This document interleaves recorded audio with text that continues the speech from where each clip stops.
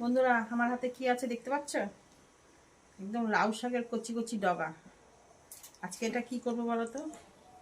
সব এক জায়গায় করছি, করে এটাকে দড়ি দিয়ে বাঁধবো, বেঁধে ভাতের মধ্যে দিয়ে দেবো। সিদ্ধ খাবো আজকে এটাকে, সিদ্ধ ভাতের মধ্যে দিয়ে। আলু সিদ্ধ দিয়েছি, আলু সিদ্ধ দিয়ে মাখবো, মেখে খাবো।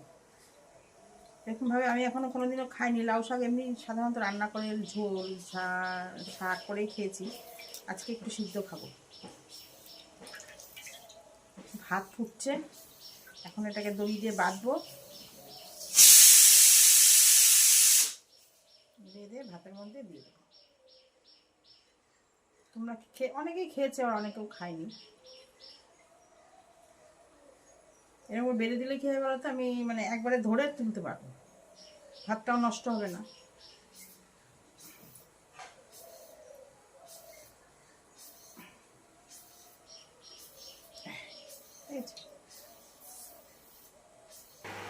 দেখো ভাত ফুটছে, ভাতের মধ্যে এরকম করে দিয়ে দিলাম।